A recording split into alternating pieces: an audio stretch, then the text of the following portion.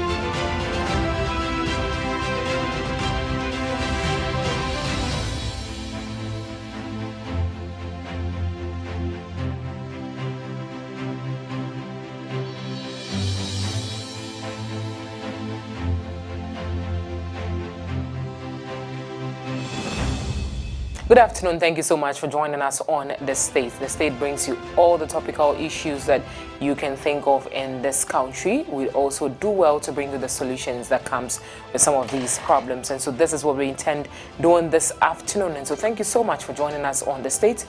Do also join us on all social media platforms as well. My name is Anita. We'll be back with the briefs. Please do also stay.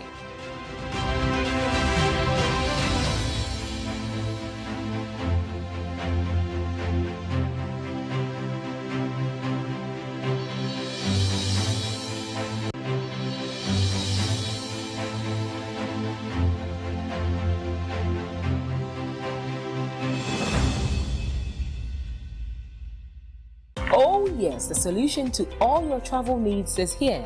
𝐼𝐓𝐕 Lodge and Travel Services offers you the opportunity to travel to the following countries: Canada, United States of America, Turkey, Dubai, UK, Australia, New Zealand, Malta, Germany, and other European countries, where skilled workers such as nurses, paramedics, nannies and caregivers, drivers, plumbers, masons, electricians, carpenters, painters, etc. are needed for urgent employment.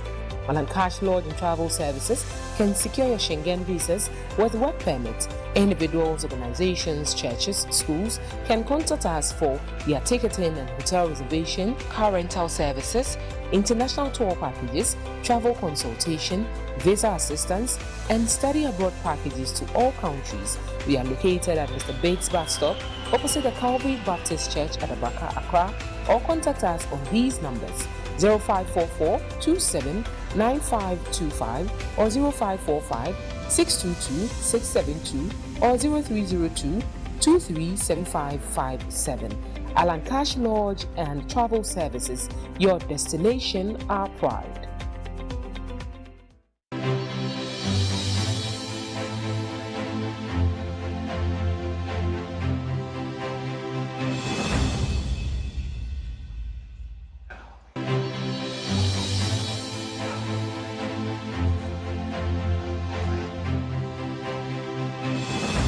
All right, and so welcome back. Right here on The State, we bring you some of the briefs we intend discussing once we sit down. And so let's go straight to the screens and take a look at the blue briefs. This afternoon, climate change refers to the long-term shift in temperatures and weather patterns, and these shifts can be natural due to the changes we see in the sun activity or large volcano eruptions.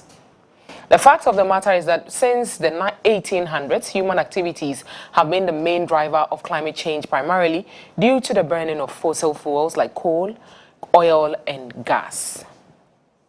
The main greenhouse gases that are causing climate change include carbon dioxide and methane, and these come from using gasoline for driving a car or coal for heating a building.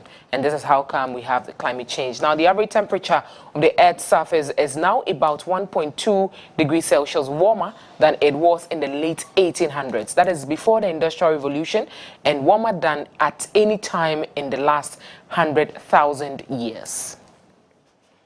The consequences of climate change now include, among others, the intense drought, water scarcity, severe fires, rising sea levels, flooding, melting of polar ice, catastrophic storms, and declining biodiversity. And this is what the impact is causing us. Now, people are experiencing climate change in diverse ways, such as our health, the ability to grow food, housing, safety, and work.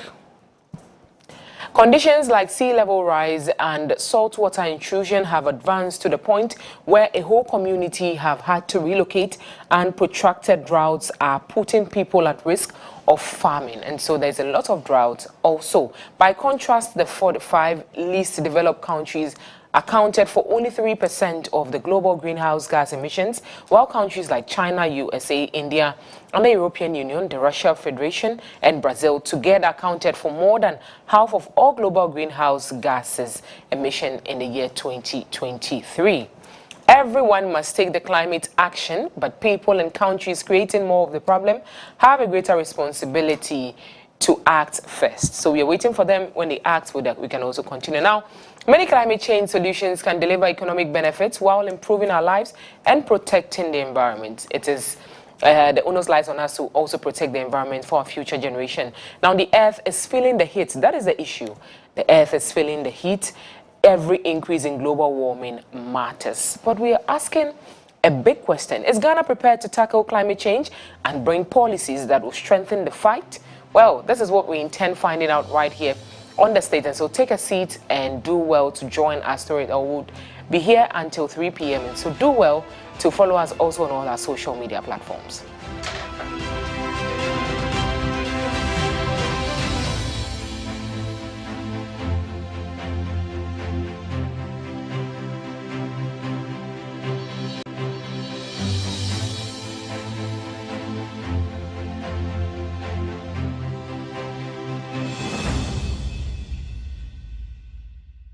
Praise God, praise God.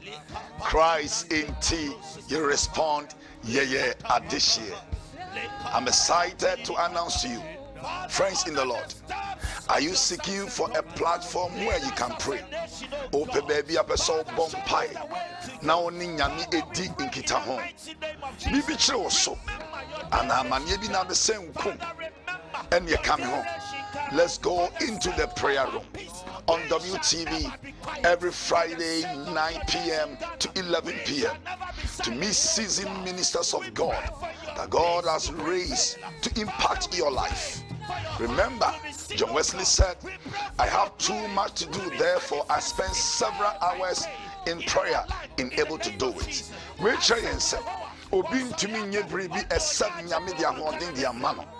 That is why we are calling upon you. Meet myself, Reverend Hosea Say, and the Evangelism Mission Renewal Directorate as we lead you into the prayer room where we encounter Christ. And I believe your life will never be the same. Call your friends or loved ones every Friday 9 p.m. to 11 p.m. where we will encounter Christ. God bless you. See you on our screens on WTV every Friday 9 p.m. to 11 p.m. God bless you. That each and every one of us.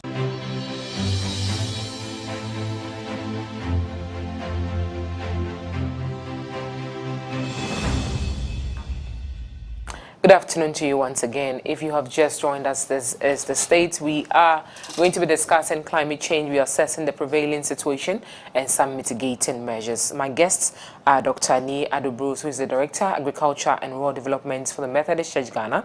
He's also the National Coordinator for Religious Bodies Network on Climate Change.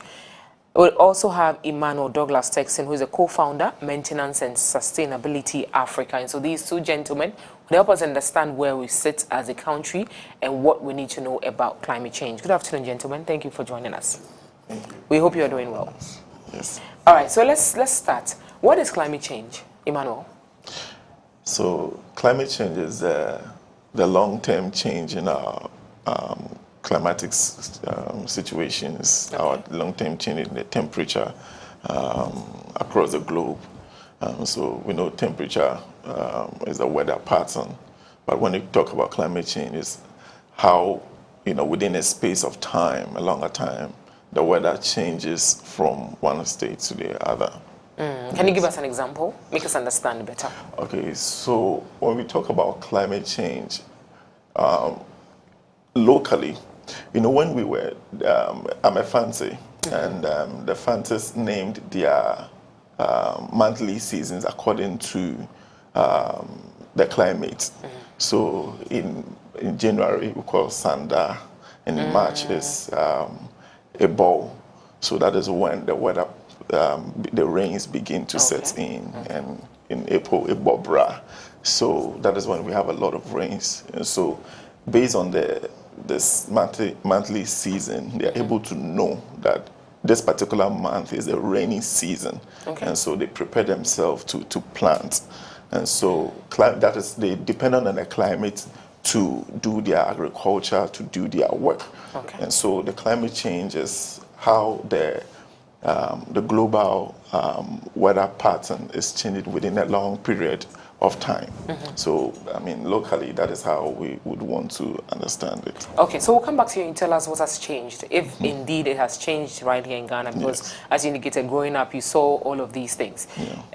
Doc, thank you for joining us. But thank you. From where you sit as an environmentalist, tell us what what climate change is, and if there is any changes we have seen over the past few years. Rightly, as Douglas said, climate change, you see, most of the time when they start talking about climate, they dwell more on what do we call it, environmental changes. But climate change is recorded over a minimum of 10 years. A significant change in the conditions of the environment and then the comprehensive this thing, a minimum of 10 years. And there should be a significant things that we can observe and see that, no, the climate is changing. For instance, as he said rightly, we named most of our months by the climate at that time. And currently you could realize that formally you can't be expecting rains around March. We observe an independence parade, which our president was wet because nobody expected rains in March. We are experiencing very violent rains. The sea rising. I remember my grandmother comes from Koligono, and we could play football but in the 70s and the early 80s. We could play football along the coast. But now you could realize that the sea has really moved and there's even no space where even children can play or anything. Formerly, we walked a distance to get to the sea, but now all had been covered and a lot of changes are coming positively. So it means that the sea levels are rising? Sea level is rising seriously in a dangerous way. Yeah. Okay, but Emmanuel, tell us, what has changed? Are we seeing any significant change, good or bad? Yeah, so we are seeing huge changes in the global climate. So pre-industrial era, when you look at from 1850 to 1900s, the climate was about 13.7 degrees Celsius, the global climate. But now you can record about 15 degrees Celsius. And that is huge. We have to look at the... Looking at the years in between? Yes. You're saying it's huge? Yes, so currently, the global climate is around 15.7 degrees to 16. I think in March, we recorded the second highest changes in the global climate. And so scientists, we say that the global change has been about 1.6 increase in that, and that is very huge. Let's break it down and look at it this way. During the COVID, the normal body temperature is just around 36, 37. During the COVID time, when you get 38, then you are getting COVID. And so when the global, your temperature increased just by 1 degree, then yes, it's a huge problem. You have to be taken to the hospital and go through all the process, and that is what is happening to the global climate condition. So currently we need to take ourselves to the hospital. Yes, in terms of climate change. Exactly, it means that the globe, the earth is in COVID situation, and so that is how bad it is, and that is how what Doc is talking about. The weather pattern is changing. You cannot predict when you have to plant and when you have to do this. The sea level is rising. Last year we saw what happened to people in Qatar and all of that. And so that is the and we have to build sea defense walls for them, to protect them. Yes, so we are in a really dangerous time when it just increased just by 1 degree, and scientists have predicted 2 degrees, and so we have to really take caution.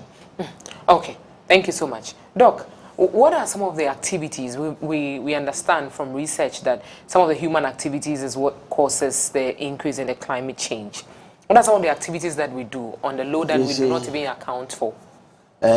One, I will put on human activities. Okay. All human activities. All factors that are causing the climate to change on human activities. You see, number one, burning of fossil fuels, that's oils, damages the environment terribly.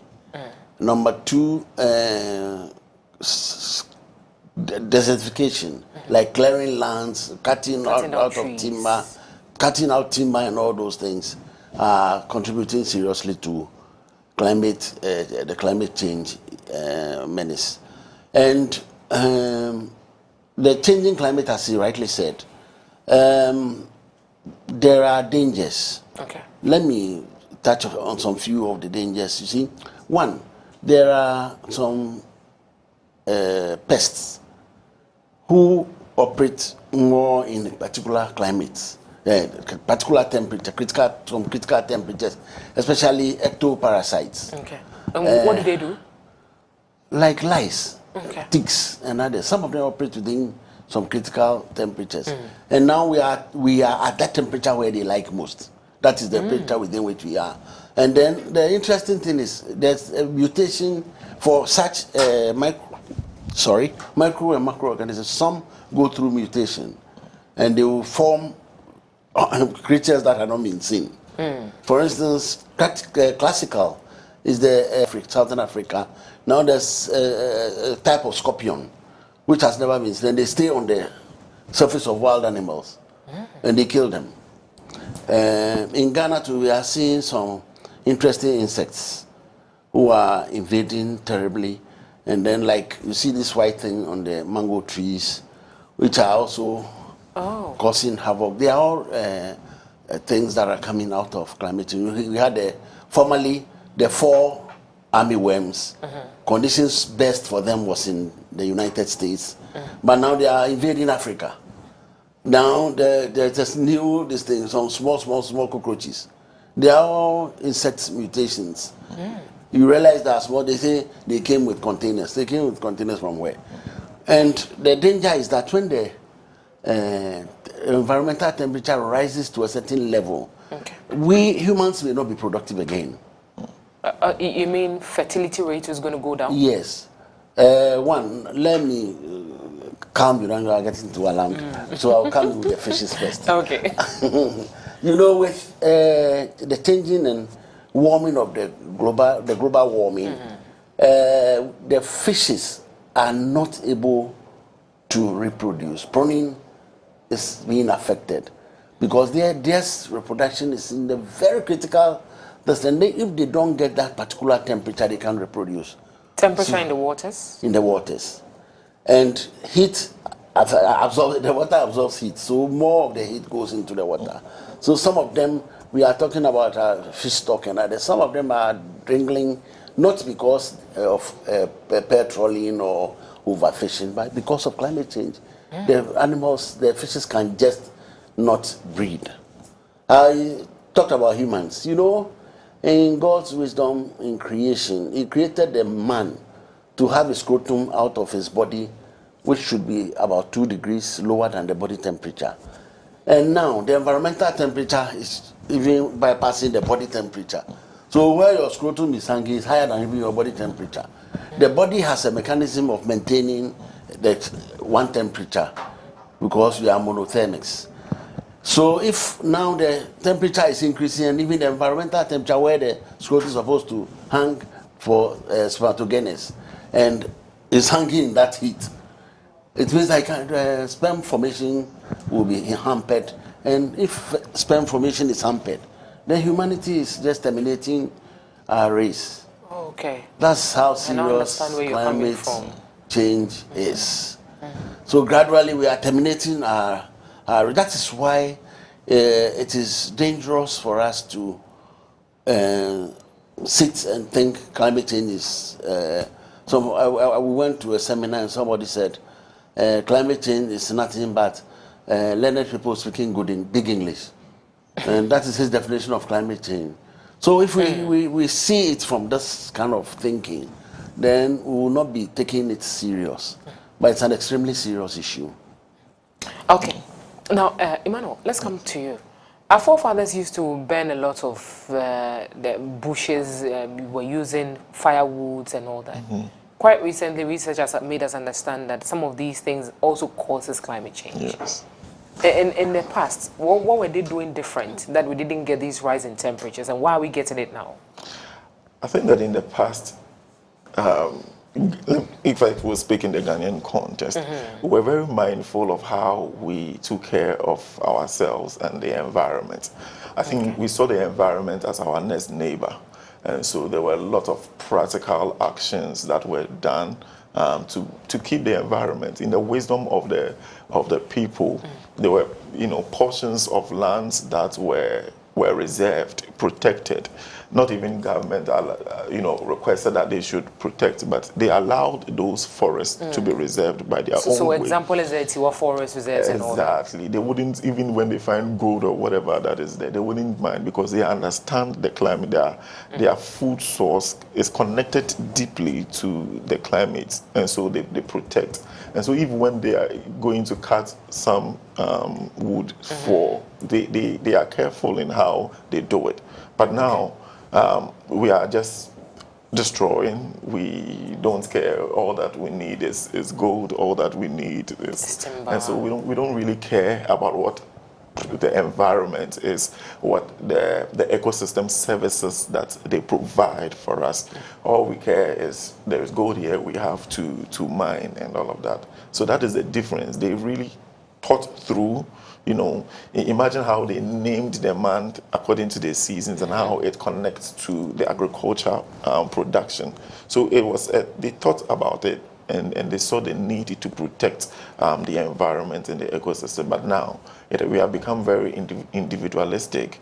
All we care is to gain money for ourselves, and so that has become our bane. And as we cut down the trees. Trees are the second largest carbon dioxide absorbers. And so as we cut them down, where is the carbon dioxide going to be absorbed?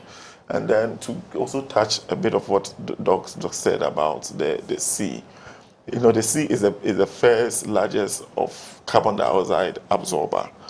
Yes, and so the ocean, it absorbs a lot of the CO2.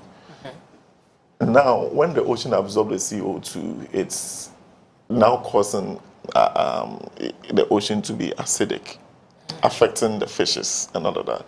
And now, some portions of the ocean are buried in plastics.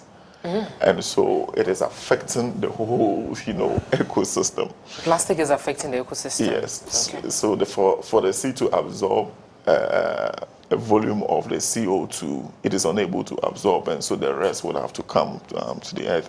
And then when it's absorbed so much, it becomes acidic.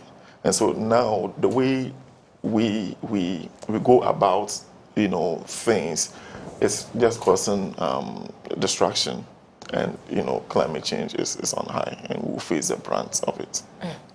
What is the impact of Galamsey on all of this?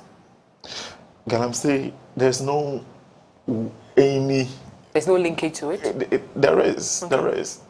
Because the 𝐿𝐴𝐬𝐕 is what is really causing the deforestation.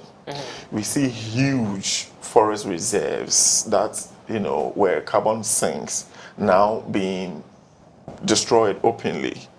And nobody cares. And so we don't, it's destroying the temperatures around the zones. And we have, there's a direct connection to how our health is dependent on the ecosystem.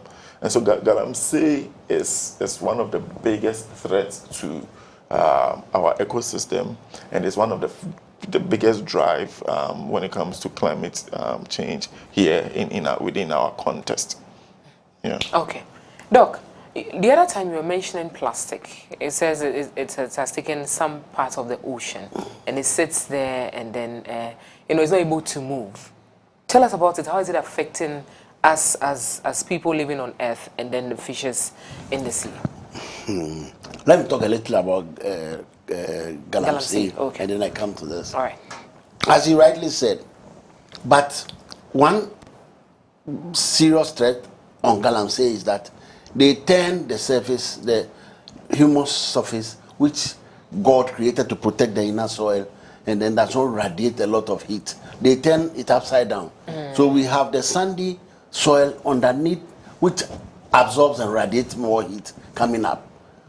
So 𝐿𝐴𝐬𝐕 plays a lot of serious role. Some time ago, I explained that the worst danger is coming if they are not knocked hard in the bud. One. That is the 𝐿𝐴𝐬𝐕? The 𝐿𝐴𝐬𝐕. Okay.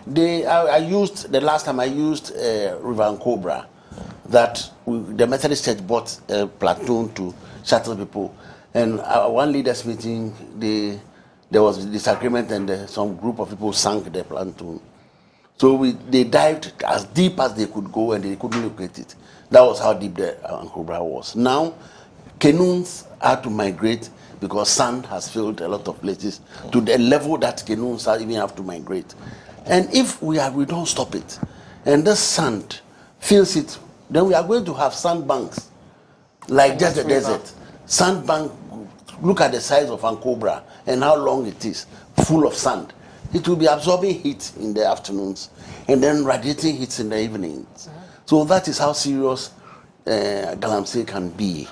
And then so this is what brings us to the fact that instead of us having a cooler evenings, we have a very warm. These days we have very warm evenings, even when the day, because more of the deeper soil had now been turned upside down, and the humus that absorbed the heat has gone down. So it doesn't even absorb any heat. Just this one takes it temporarily, and then when the weather is dark, it radiates it. So that's how serious. Now, concerning the plastic garbage patch, it's an area of science that is developing very rapidly. And this week, the British government has donated a lot of money for research on the 2 garbage patches. The garbage patch is our plastic that found themselves into the oceans. And we have an mighty aquatic portion of the ocean. So they've trapped, the ocean has different types of movement. One is what is called centrifugal. And centrifugal goes around and absorb and pull things together. Because of the ocean there, the surrounding waves tend to spin the water around the ocean. So it's been absorbing the plastics in the ocean. And they have formed a huge mass of, there are 2 masses in the 2 oceans now. We have one in the Atlantic Ocean, that's not too far from Ghana. And then one in the Pacific Ocean that is close to the UK. The one in Ghana, the one in the Atlantic Ocean is about 5 times the size of Ghana. 5 times the size of Ghana. It's a hard mass, which has that mass. Scientists have been there in summer. I mean, during the sun, and the kind of radiation that comes out. And when you fly over it in the night, it absorbs and then return the moonlight. So you see it as a bright light in the ocean, but not. Okay, the heat that is generating is not too much now, but with time it will start generating more heat. Does the light affect the living condition of the fishes? Yes, prawning or reproduction in the fish stock has a lot of them happen in the dark. The dark is not an advantage for only humans. The fishes too operate a lot when it comes to reproduction in the dark. So when the weather is the light is too much for them, they will not be reproducing. So we are studying it. The studies is that one, it doesn't support plant life. Okay. That is why people can inhabit it. And then one, okay, it's wobbling at the edges. You see, it wobbles about 9 meters at the edges. So can we build something on it? When you get to the middle, you don't feel anything. You can walk. There are some aboboya. You can walk on it. You can walk on it. It's solid. It's solid. You won't even know that. You're not going to fall? No. It's very solid. And you walk like a rock. You walk on it like a rock, yes. But it's only at the edges that you see that there's a lot of fringe, mass of loose plastics. But the center is solid and you can walk. There are about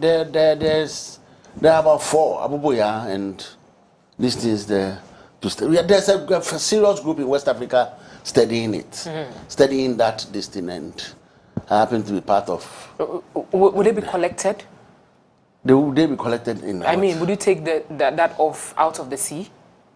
No, it can't be collected. It's a huge mass. We are talking about 5 times the size of Ghana. You can't even walk through it. You can't. You fly if you attempt to fly an helicopter over it. You may finish your fuel when you finish, and you can't do anything. Yes, so it's a huge mass. We've not been able to explore even up to 50% of it. Yes, so pictures and drawings show that it's about 5 times the size of Ghana. All right. Now let's come back to us here. What are some of the events that climate change is bringing to us that we are not even taking note of? Because quite recently you realized that the rains would fall at a certain point. Meanwhile, we are looking at, for example, the March season or the March month is known for very intensive heat and all that. But you see some rainfalls, and then you ask yourself, but why is rain falling at this point? How do we go past all of this and then get back to the normal things that we used to know?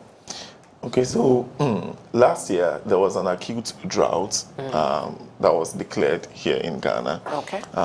From the northern landscape. Yeah. That affected food production. And that was the reason why there was a ban on exporting some of the cereals and grains. Yes. Yeah. So all of this, it affects directly. So we see it affects us, and those of us in Africa or Ghana, we have to really talk about it and advocate, because our food systems hugely depend on the rainfall.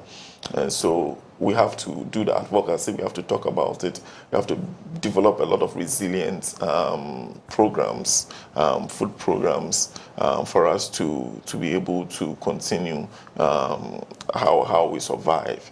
So that is it. Are we able to predict some of these changes in the climate?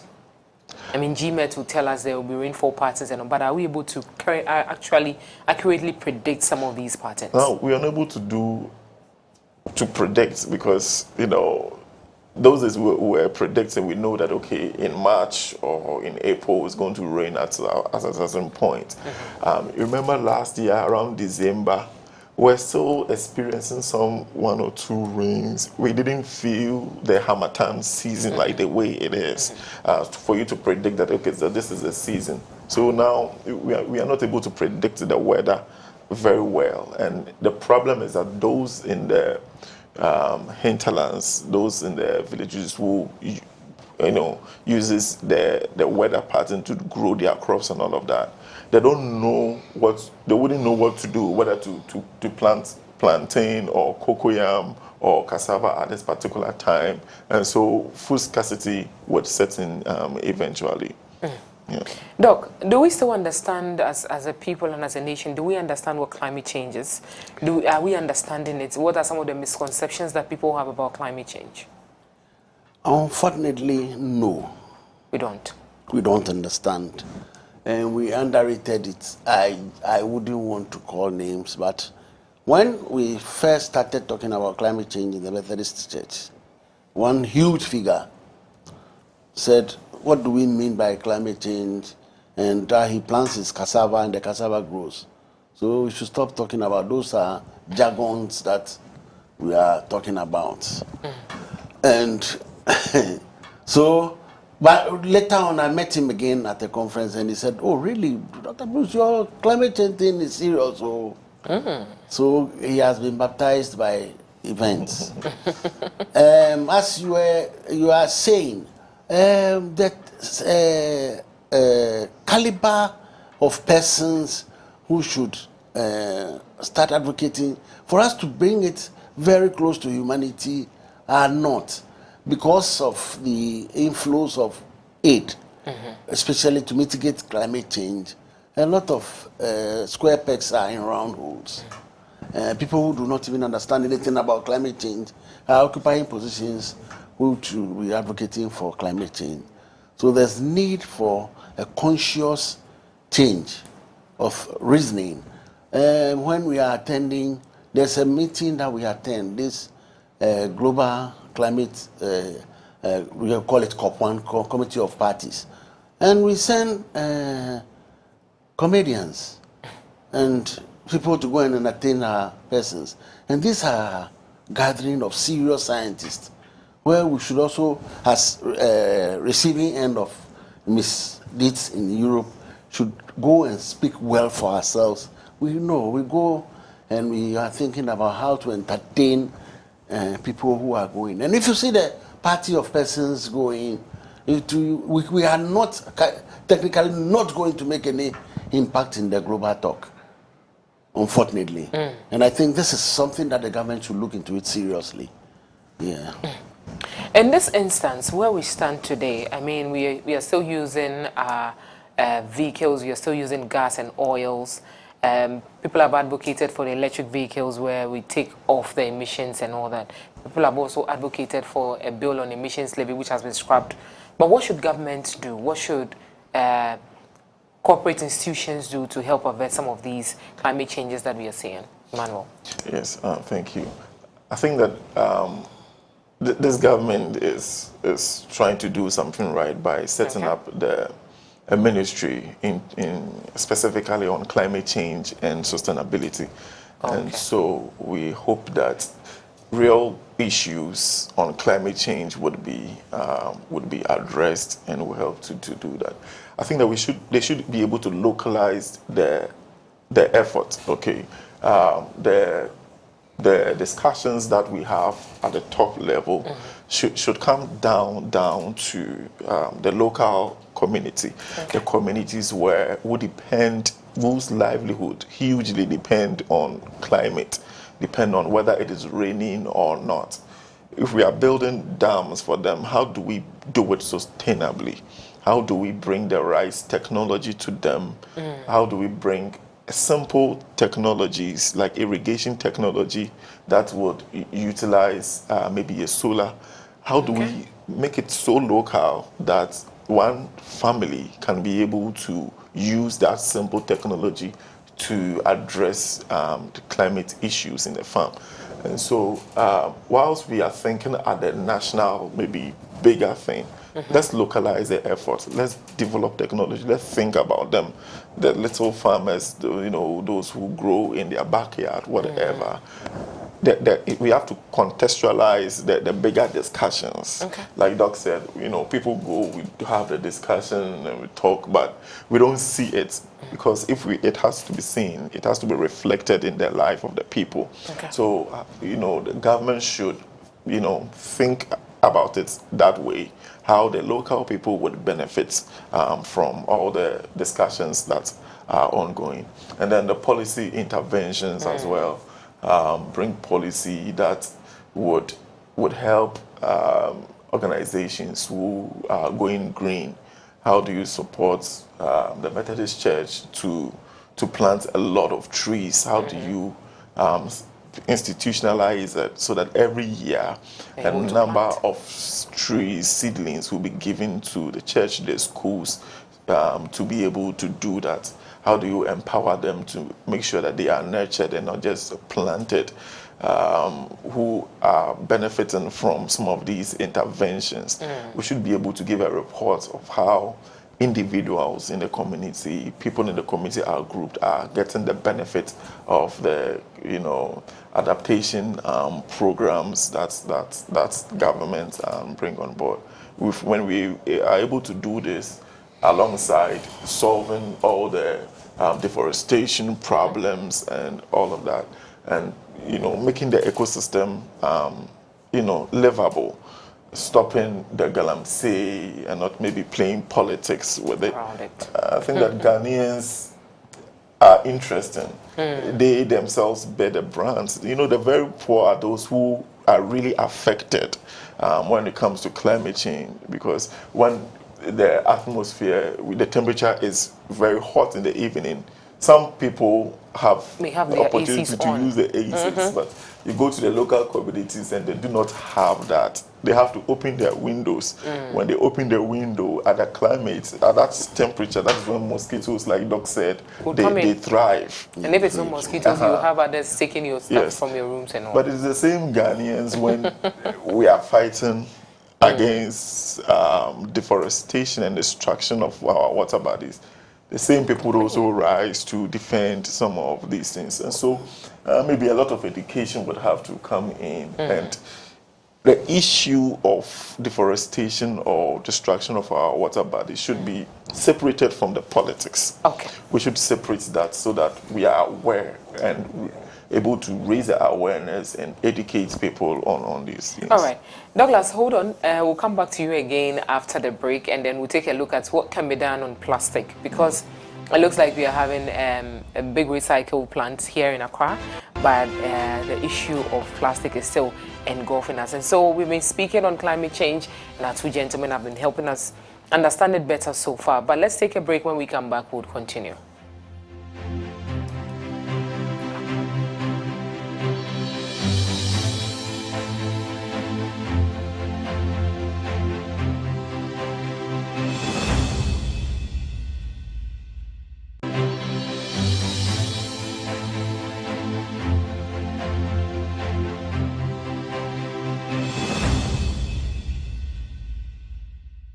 Oh yes, the solution to all your travel needs is here. 𝐼𝐓𝐕 Lodge and Travel Services offers you the opportunity to travel to the following countries: Canada, United States of America, Turkey, Dubai, UK, Australia, New Zealand, Malta, Germany, and other European countries, where skilled workers such as nurses, paramedics, nannies and caregivers, drivers, plumbers, masons, electricians, carpenters, painters, etc. are needed for urgent employment. 𝐼𝐓𝐕 Lodge and Travel Services can secure your Schengen visas with work permits. Individuals, organizations, churches, schools can contact us for their ticketing and hotel reservation, car rental services, international tour packages, travel consultation, visa assistance, and study abroad packages to all countries. We are located at Mr. Bates bus stop opposite the Calvary Baptist Church at Abaka, Accra, or contact us on these numbers: 0544 27 9525 or 0545 622 672 or 0302 237557. 𝐼𝐓𝐕 Lodge and Travel Services, your destination, our pride. This is the time, no more delay. Yes, yes, yes. I'm so excited. This is the time. No more delay. Call a friend to call another, that it is time for the young people to connect right here on WTV. Welcome to 𝐻𝐶onnect, where we connect youth to Christ. The future is here.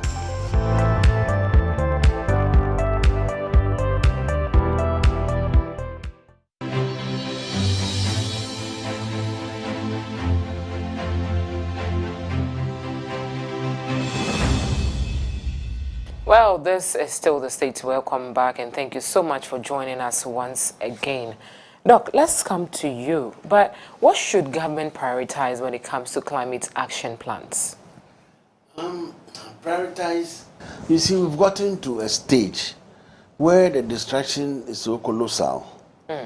So prioritizing afforestation is being done, but it's like robbing Peter to pay Paul. You one step forward, two steps backward. One step forward, two steps. So you plant one, two is cut down. Yes. Okay. So we need to, as we plant, we should stop some of the practices that are. So it means that will bring us to the fact that we need to stop using charcoal. One of the areas. We need to stop using charcoal. Okay. And the president made a very laudable statement, which would be very good if he carries it out. Which is? That now there's going to be a ban on wooden chairs and tables in classrooms. It is a very laudable thing, a statement he made, and I pray, he carries it out, because that would make use of the plastics that are available. Honestly speaking, we have. There's a man going around who has gone into creating a desk using the plastic materials we find on our streets. I don't know if you've come across that. I've come There's across a desk, that. yes. Macintosh. Yes, very nice ones. Yeah, I've found that. But you see, sincerely, we are doing some level of processing the plastics. But what do we do with it? The plastic chairs are so expensive. They produce, and the rate of purchase and other things are not as high as it should be. So there's an issue there. We need to fund the producers so they produce at a lower cost. And it will be attractive for people to buy them than going to China to bring some single-use chairs. So I think that they should.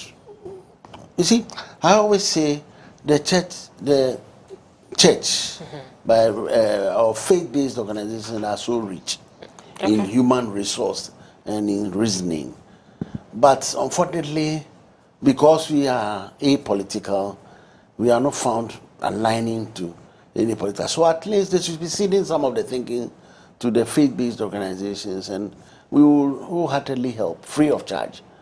So making the plastics cheap for us is the key to what the government is saying. But I pray he carries that thing out, because it will be a big feather in his cap to cut all wood, the usage of wood, and then we go plastics. That aside, why should somebody move from his country where there are oceans to our ocean to come and fish? It should be banned. Okay. Yes, these trawlers from far should be banned from fishing in our waters. And then pollution, like the Korle Lagoon. Okay. And then we should be careful with the kind of developments that are taking place. You see, one, we are developing something, and I think that it's being developed. We are thinking it's an elite area. Behind Adenta, there's an oxidation point that was created, Riverside. Is it Riverside they call it? Riverside there's Estate. A whole, what? Is it an estate? Yes. Is it Lakeside? Lakeside. Lakeside. A huge estate sprang in, and they are now blocking the lake. It's for oxidation of Accra. Oh. Yes. So when you are blocking these kind of water bodies. Are we not the same people who would have sold these lands to them? But if there are legislations for development and then purposes, the owners of the land know. You see, one, let me advocate that we owners of land are tempted to sell the land because they have not been compensated. If compensation is paid on time, and you tell them that, oh, I've taken this land, and it's at a huge compensation, and they owe the compensation, you can't go there again. But because the compensation money for it, because compensation already paid, they can go back into their own land that they gave out wholeheartedly, but compensation has not been paid. So these compensation salaries have to be paid, so that people know that the land was taken for a purpose. Kwame Nkrumah thought well to create that lake, but now we are creating an estate around it to call it Lakeside Estate, an elite estate. So these are things that we should legislate seriously. Recently, this government took a big feather in the cap of the Greater Accra Regional Minister. Well, cracking down around the wetlands. Areas, wetlands are so important because they tend to nourish or oxidate the environment. So if we are encroaching on wetlands, then we are killing ourselves, because we are getting to a state where there will be no oxidation, there will be no water flow exchange between the environment and the water bodies. And these are things that I think the government is getting it right. Emmanuel, from where you stand as a co-founder of Maintenance and Sustainability Africa, what do you think should be the priority of government when it comes to climate change? Yes, exactly what Doc has said. I think that the government has started right by having a key person to deal with that issue. And like I said earlier, contextualize and bringing it to the ground, to the local, innovating. How do we innovate? How do we, the plastic issue, how do we, the president has proposed, how do we make the plastic in such a way that it can be used as an alternative in an industrialized form, so that the trees that are supposed to absorb the carbon dioxide, will be there, and then we will not go and cut them. And so these are some of the interventions that has to be done, and it has, it has to be owned by the local people. They have to understand what they are doing. And some of the lands that are allowed to be there, maybe there should be a lot of education for people to understand that these lands are just not left to be there, but they are serving a purpose, so that people will not just go and buy and put their money and build, and later it will be broken down. It's as if maybe it's a bad thing by breaking it down, but when flooding, like what we saw a couple of weeks ago. It's sad, but it has to be done because of the flood. And we are talking about fishes.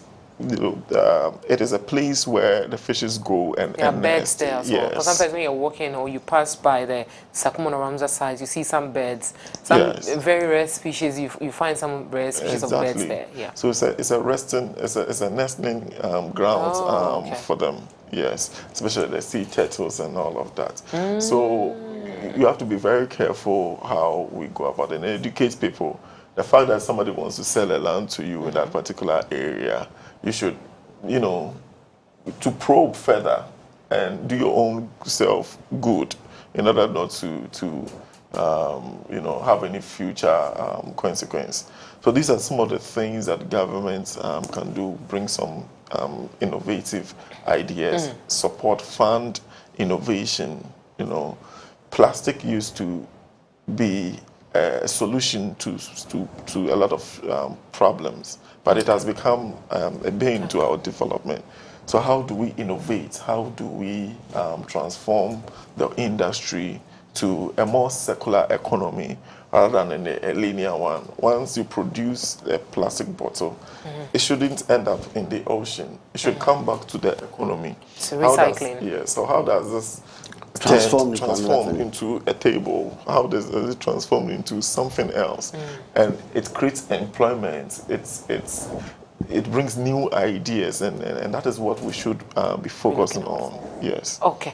All right, Doc, I like the fact that you mentioned the fishing aspect of climate change, affecting the fishes. But is there a way there's a link between this issue of climate change and the reason for the close season? This is not what we are discussing, but is there a linkage between this? We are just in our final minutes of the program. It's a mitigating measure.